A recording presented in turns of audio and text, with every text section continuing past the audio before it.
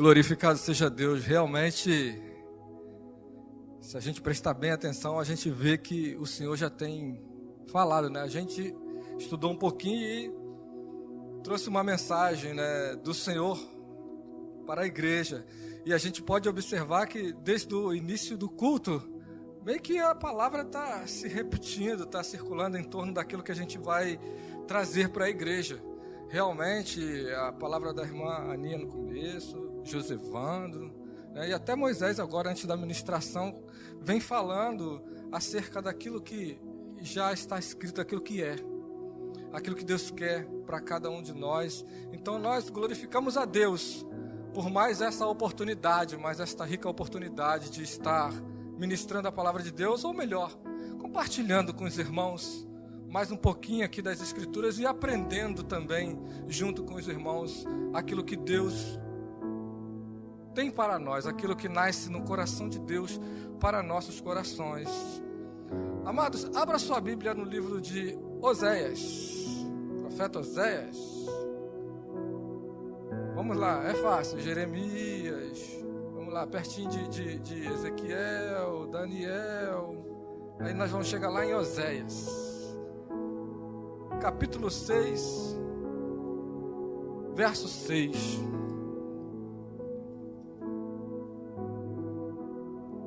Todos acharam? É fácil? É fácil. Oséias a gente lê quase todo dia. É igual Salmos, né, João? A gente lê quase todo dia. Pois é. O Zé Evandro está dando aula para mim aqui, ó. Me ensinou aqui, ó. Primeiro livro dos profetas. E todo mundo sabe, só eu que não sabia. Glorificado seja Deus. Glorificado. Todos acharam, irmãos? Amém? Só um verso. Verso 6 do capítulo 6. Livro de Oséias, capítulo 6, verso 6. Essa versão é um pouquinho diferente, mas acompanhe aí. Diz assim a palavra do Senhor: porque eu quero misericórdia e não sacrifício, e o conhecimento de Deus mais do que o holocausto. Eu vou ler aqui na versão do Zevando aqui, ó. Oséias, capítulo 6, verso 6, na versão dele está assim: pois a misericórdia quero, bem parecido, e não sacrifício, e o conhecimento de Deus mais do que o holocausto. Muito obrigado.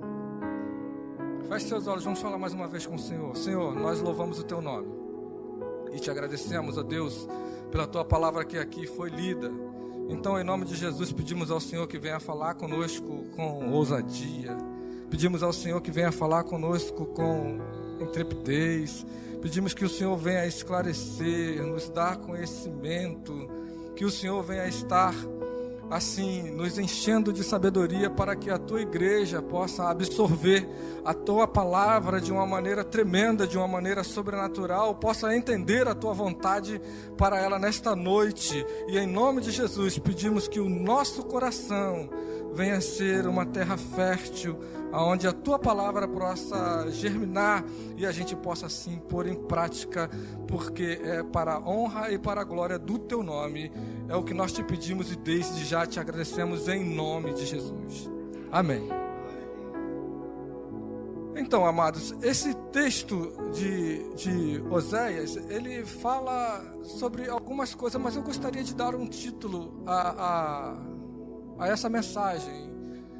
E esse título é como eu disse no começo. Muito daquilo que já aconteceu aqui, se vocês prestarem atenção, vocês vão lembrar. O que Deus quer de mim? Então, nosso primeiro louvor falou um pouco sobre isso. O que Deus quer de mim? Nós estamos aqui reunidos numa igreja onde temos até visitantes de primeira vez, mas todos somos crentes. Todos já recebemos o Senhor como suficiente Salvador de nossas vidas. Como Josevando falou também, Ele nos tirou das trevas para o reino do seu amor, do Filho do seu amor. Então, Uma vez que Ele já nos retirou, eu posso dizer isso, conheço os irmãos, uma vez que Ele já nos retirou, todos nós somos convictos de nossa fé, somos crentes em Cristo Jesus, né? Todos somos cristocêntricos até dizer chega, eu posso dizer assim que estamos em casa e podemos assim somente entender aquilo que Deus quer já de nós, porque Ele já nos resgatou. Então agora o que Ele precisa, o que Ele quer de nós? Como Ele quer que sejamos? O que é que eu posso oferecer para Ele? Eu como crente, o que posso fazer para Ele? Essa é a nossa reflexão. O que o Senhor espera de mim? Essa vai ser a nossa reflexão. Amados, eu gostaria de ler um texto que é muito assim conhecido. É um clássico das Escrituras. 1 Samuel. Aquele que não encontrar não precisa nem abrir não, eu vou ler aqui. 1 Samuel capítulo 15, versos 22 e 23. Capítulo 15, versos 22 e 23, ele diz assim: Porém Samuel disse: Tem porventura o Senhor tanto prazer em holocaustos e sacrifício, como em que se obedeça a palavra do Senhor?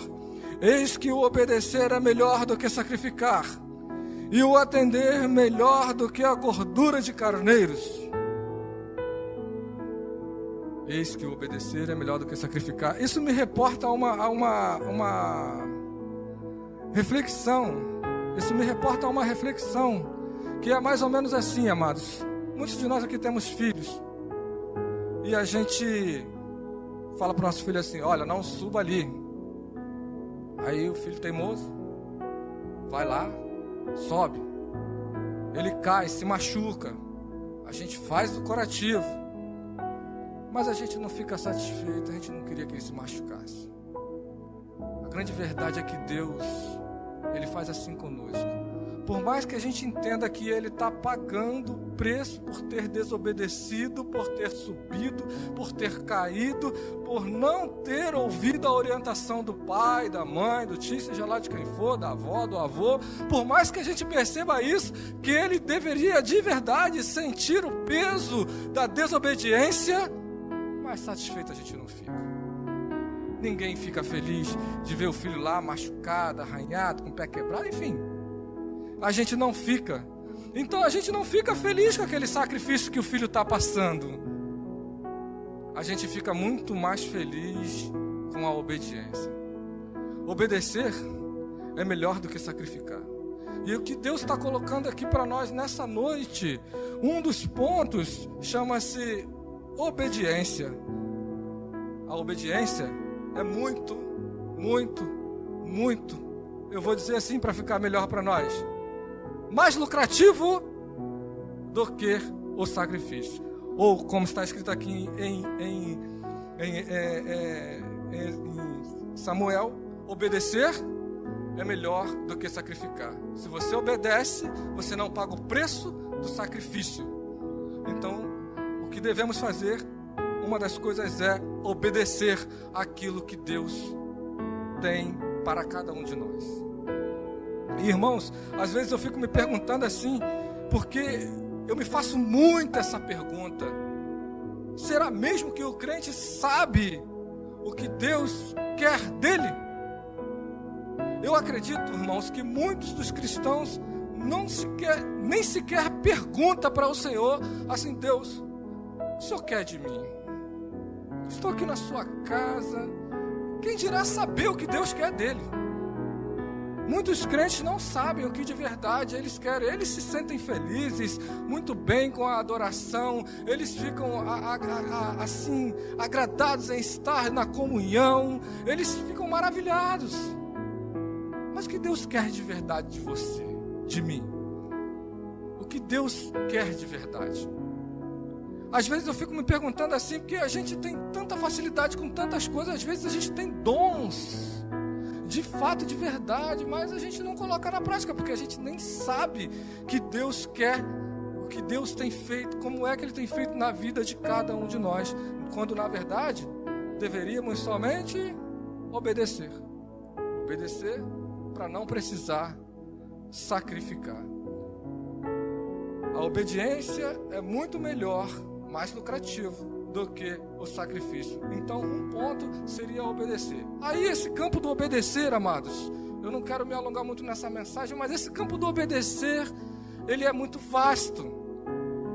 Quando o Senhor fala, tem que aprender de mim, é aprender mesmo. Isso é obediência.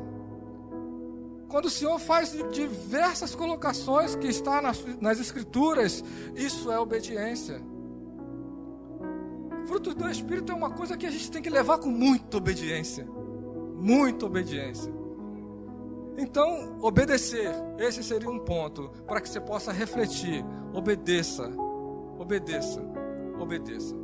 Não sacrifique, obedeça.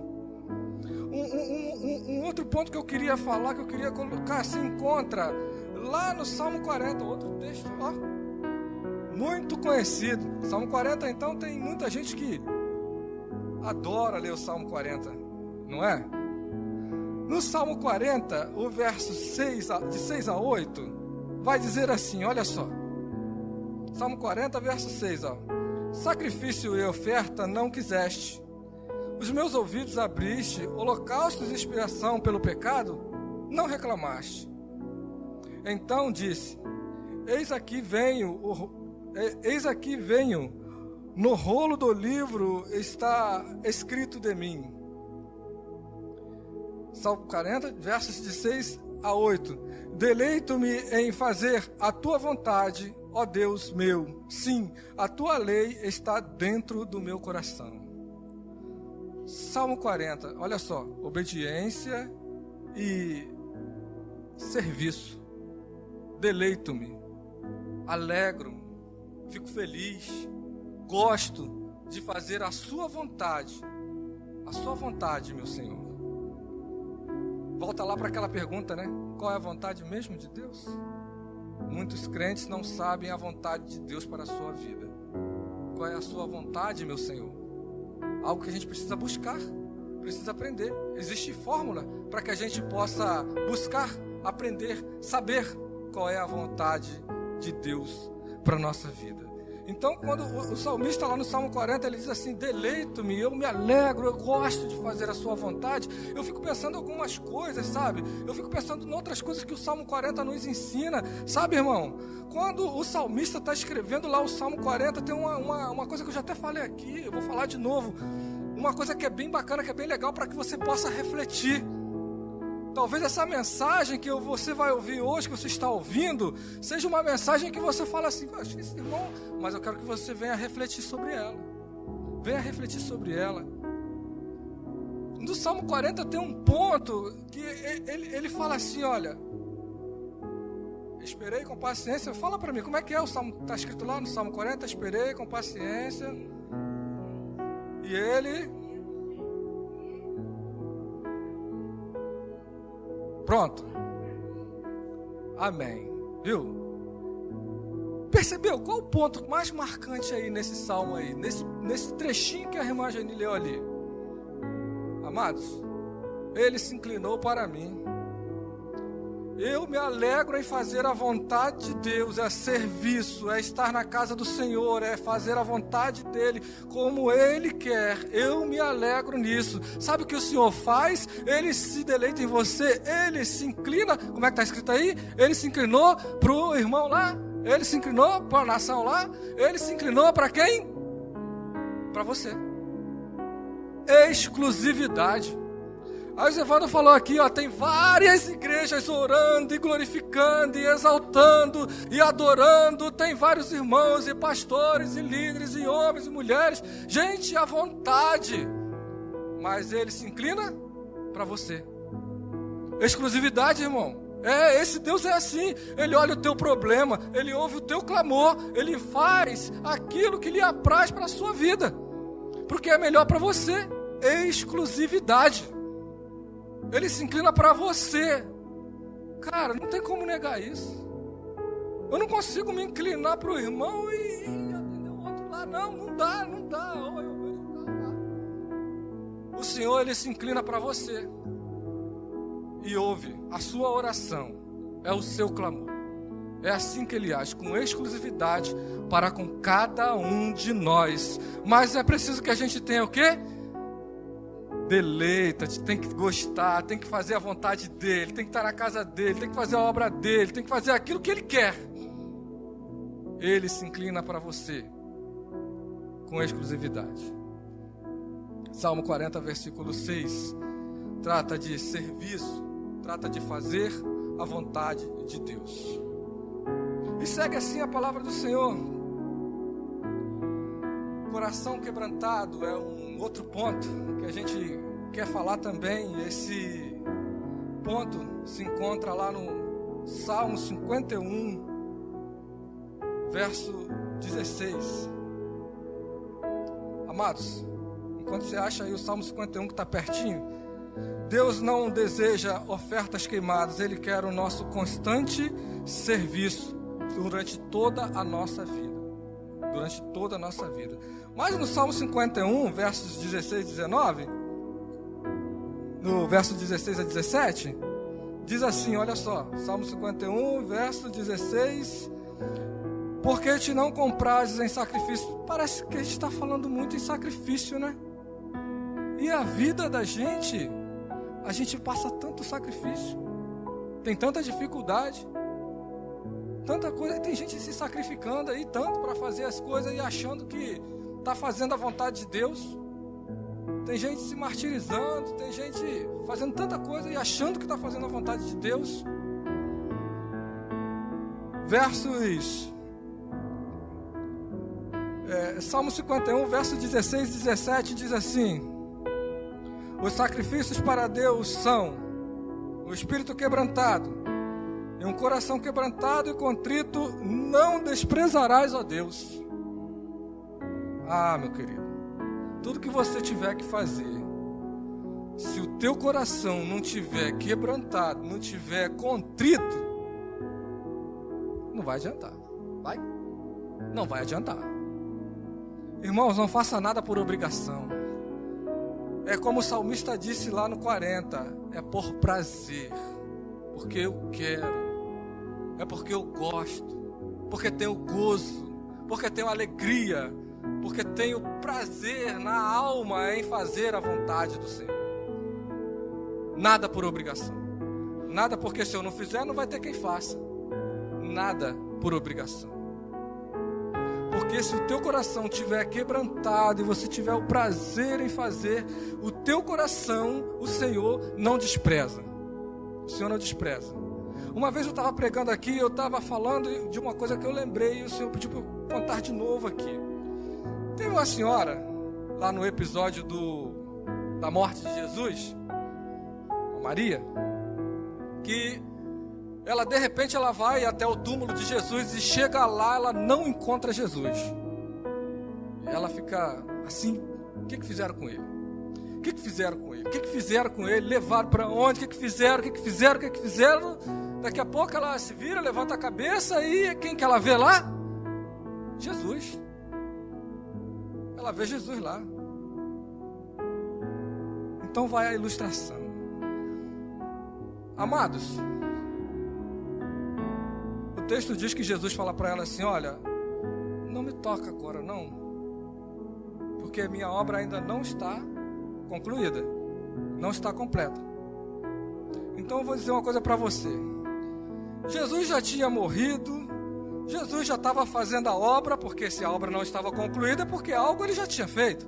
Ele já estava fazendo a obra e de repente aquela mulher chega lá no sepulcro e diz assim: cadê o corpo dele?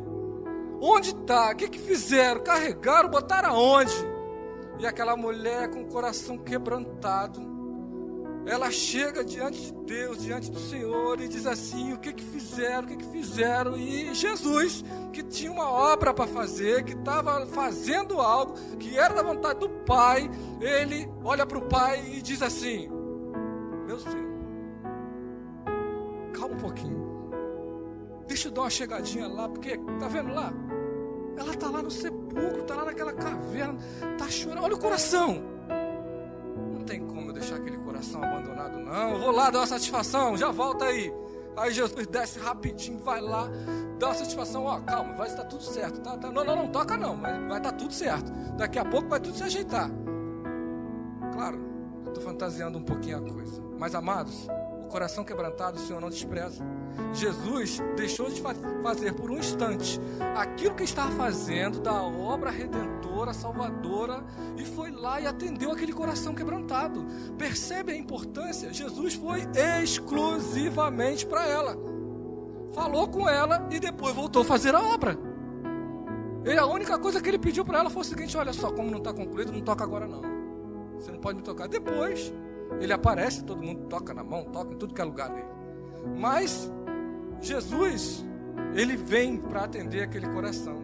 Às vezes, irmãos, a sua oração, você está falando assim: poxa, eu já estou orando, já tem 15 anos, já tem 20, já tem um mês, já tem 2 semanas. Mas vem cá, já olhou para o teu coração?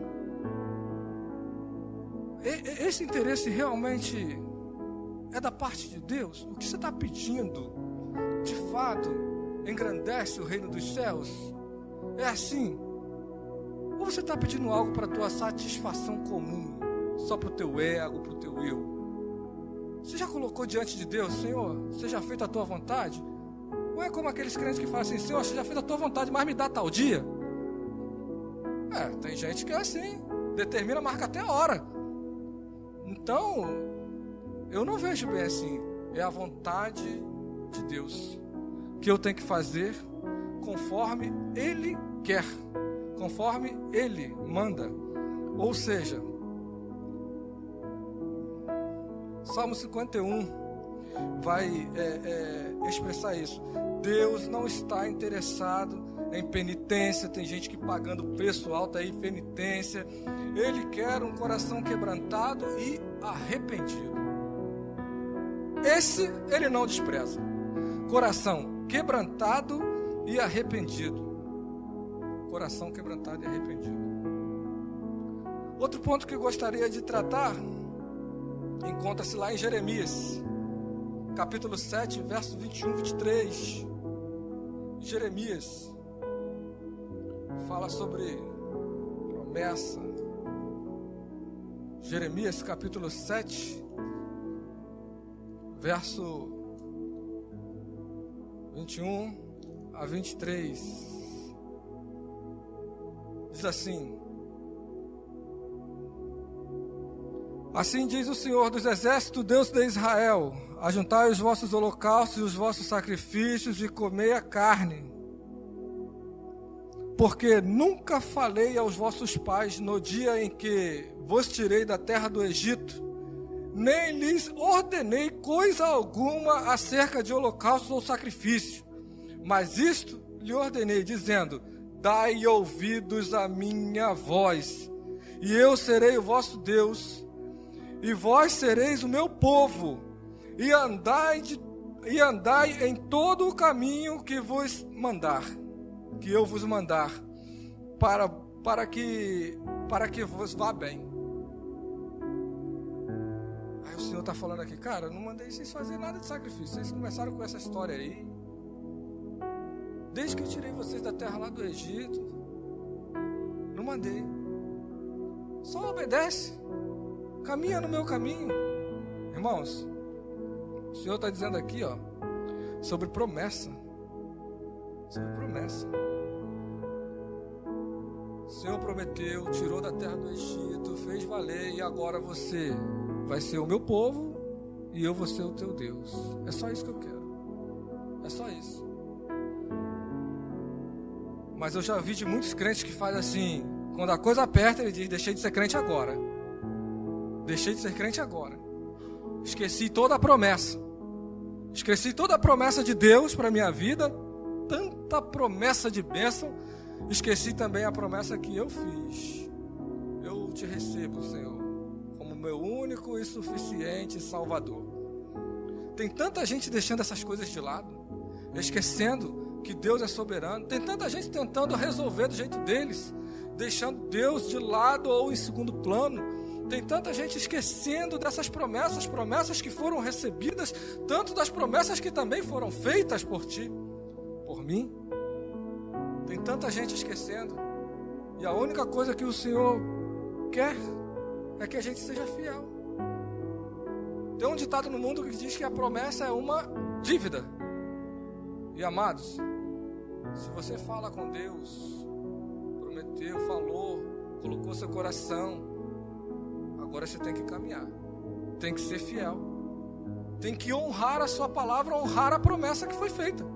Aquilo que você colocou diante de Deus, você precisa honrar, para que o Senhor também honre, para que o Senhor também se coloque, você receba as promessas de Deus. Se não, sabe o que acontece? A gente vive sendo aqueles crentes que se entendeu como crente. Não, eu sou crente. Mas sabe o que acontece, irmãos? Quando a gente foge das promessas, a gente diz assim, eu sou crente.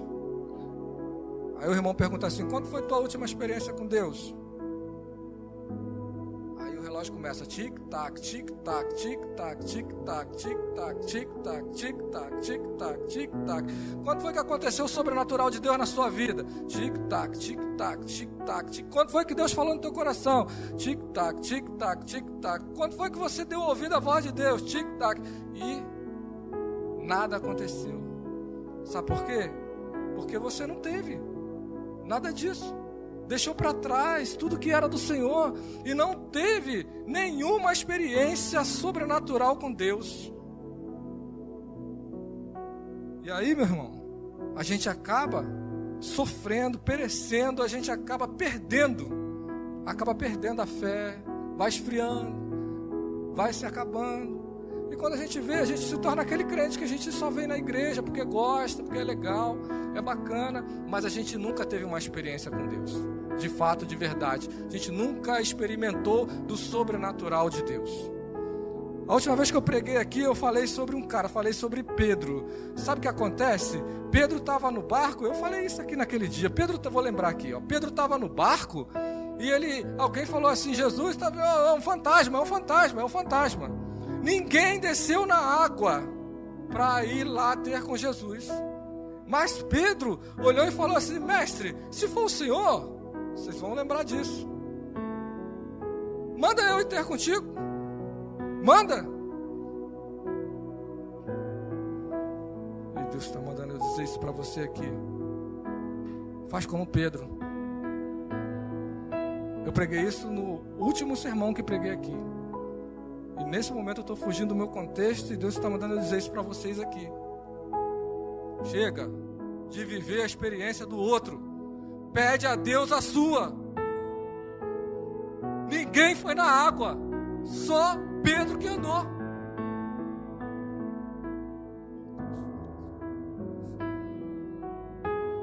Tem muito crente vivendo de dar glória a Deus porque tem a experiência do outro lá, que Deus usou ele no sobrenatural, ele impôs a mão, a doença foi embora, ele orou, o demônio bateu em retirada, ele fez e Deus operou na vida dele. Tem muito crente vivendo a experiência do outro. Chega! Quero viver a minha. Quero a minha experiência, Senhor. Quero ver a minha igreja, chegar lá, o endemoniado, o oprimido, ele sair liberto. Chega! Tem muito crente vivendo a experiência do outro. Ninguém quer fazer que nem Pedro. Não, manda que eu vou. Quando foi a última vez que você disse, manda que eu vou?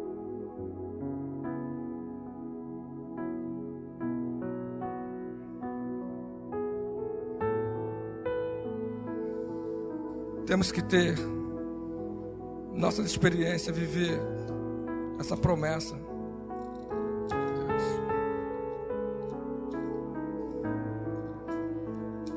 Isso passa por um processo, amados. Dentro desse processo, vou tentar voltar aqui senão vou sair do meu contexto. Dentro desse processo tem uma coisa que a gente chama de lealdade.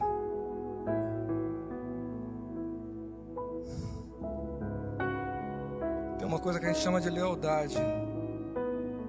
O profeta Amós, capítulo 5,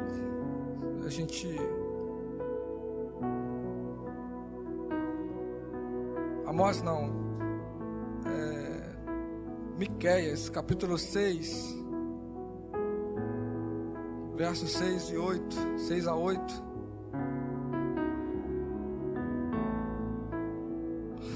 Glorificado seja Deus, exaltado. Amém? Acharam? Miqueias capítulo 6. Vamos ler só o verso 8, a parte B dele, a partir da parte B. Miqueias 6 começa dizendo assim: e que é o que o Senhor pede de ti, senão que pratiques a justiça e ames a beneficência e andes humilde com o teu Deus. O que é que o Senhor pede de ti? O que é que o Senhor pede de ti? Lealdade, que pratique a justiça, que pratique a justiça e que ande correto diante do Senhor. Amado, quando o crente, em inúmeras situações da vida dele, ele se encontra para decidir algo, em inúmeras situações, ele precisa praticar a justiça. Ele precisa praticar a justiça. Essa justiça é ser correto, é ser certo, é ser íntegro diante de Deus. Às vezes a gente se encontra em situações. Uma certa vez um tio meu disse assim: razão a quem tem. E aí a filha dele se meteu num problema e a balança pesou pro lado da filha. Razão a quem tem. Amados, muitas vezes não é muito simples, muito fácil. Razão a quem tem. A gente ser íntegro, honesto, prudente, ali andar em retidão, não é fácil não. Às vezes a gente se encontra em situações onde a gente pensa assim, duas vezes: caramba, para mim resolver desse jeito, mas vai ser ruim para o meu, vai ser ruim para o meu ente querido. Mas às vezes seu ente querido ele não está muito correto, né? Ele não está andando certo. Então você precisa agir com retidão. A palavra do Senhor aqui no verso 8, ela vai dizer exatamente assim, ó: o que é bom, o que é que o Senhor pede de ti, senão que pratiques a justiça e ames a beneficência e andes em humildade com teu Deus. Tem que praticar a justiça, tem que ser correto, justo, tem que ser correto e humilde diante do Senhor. Mas você tem que praticar a justiça. E praticar essa justiça não é algo muito simples. Às vezes a gente precisa negar a si mesmo para poder praticar essa justiça. A gente precisa se negar e dizer assim: bom, essa vez não vai dar bom para mim não, mas é o que tem que ser. Vou ter que pagar o preço. Vou ter que fazer desse jeito. Muitas vezes isso ocorre na vida do crente. Mas é somente isso que o Senhor pede de nós, essa lealdade, ser correto, pagar o preço, vai praticar a justiça. E aí eu vou lembrar de uma coisa: Jesus Cristo nos tirou do lamaçal do pecado e nos tirou lá do reino das trevas e nos trouxe para o reino do Filho do seu amor, para o reino das luzes, estar diante do Pai das luzes. E será que a gente está sendo correto com aquele que não conhece, que não tem esse conhecimento? Será que está sendo certo a gente ficar só dentro das igrejas, aprendendo, estudando, se enchendo, cheio da graça, transbordando de tudo que é maravilhoso aqui, e outros estão sofrendo, estão perecendo lá fora? Será que isso é correto? A gente precisa saber falar com o Senhor e dizer assim: Senhor, mostra para mim qual é a tua vontade, me ensina a fazer a sua vontade, o que é que você quer para a minha vida, e buscar aquilo, e buscar isso. Como é que a gente faz? Em primeiro lugar, eu penso que tem oração. Em segundo lugar, nós temos escrituras para aprender. As escrituras estão sempre em primeiro lugar, mas é para aprender. a gente tem que buscar no Senhor. Outra forma da gente buscar no Senhor é buscar conselho. Às vezes a gente tem pessoas que são capacitadas a nos aconselhar, a nos ensinar, buscar conselho, para saber o que é que a gente se adapta. E às vezes as coisas é tão fácil, tão simples na nossa vida, que a gente pode procurar saber simplesmente tentando identificar com o que nos adaptamos, o que gostamos de fazer. E aí a gente vai conseguir ser correto, misericordioso, andar lá na presença de Deus e fazer a vontade dele de fato e de verdade. E quando a gente estiver fazendo a vontade dele, a gente não vai estar sujeitos a sacrifício, porque o Senhor, de fato, ele não quer sacrifício. Ele quer que a gente seja obediente, entre outras coisas aqui, tenha coração quebrantado, firme na promessa deles, tenha lealdade, ande correto. É isso que o Senhor quer de nós, é isso que o Senhor quer. Mas um outro ponto aqui que eu gostaria de falar se encontra lá em Mateus, capítulo 9, apenas o verso 13.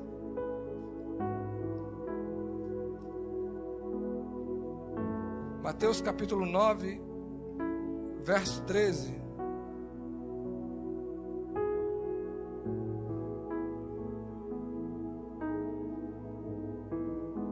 Isso aqui é meio que repetitivo, mas é aquilo que Jesus deixou para nós. Amados, isso aqui é lindo, é maravilhoso para a vida de cada um de nós. E se a gente puder refletir que Deus ele não quer nossos sacrifícios, que Deus não quer a nossa desobediência, que o que Ele quer, obediência, serviço, coração quebrantado, que a gente ande na promessa, que sejamos leais a Ele, que sejamos corretos uns para com os outros, e a gente conseguir colocar Mateus 9, 13 em pauta na nossa vida, a gente vai muito bem. Diz assim, ide porém, e aprendei o que significa misericórdia. Quero é não sacrifício, porque eu não vim para chamar os justos, mas os pecadores ao arrependimento. Se a gente conseguir entender isso na nossa vida, ide porém e aprendei o que significa misericórdia. Aí a gente tem aquela máxima, né? Misericórdia, né? Tá misturado ali com a graça, que é favor imerecido, né? Misericórdia. Sabe o que é a pessoa fazer mal para você e você ter misericórdia dela e ajudar ela ainda a se levantar? Sabe o que é você ser misericordioso no seu coração e conseguir entender que o inimigo de nossas almas tem levado muita gente à bebedeira, tem levado muita gente à droga, tem levado não somente a gente olhar para aquelas pessoas lá e dizer assim, pô cara, ele já até teve lá no centro de recuperação, mas esse cara não quer nada. Não, a gente tem que tentar de novo.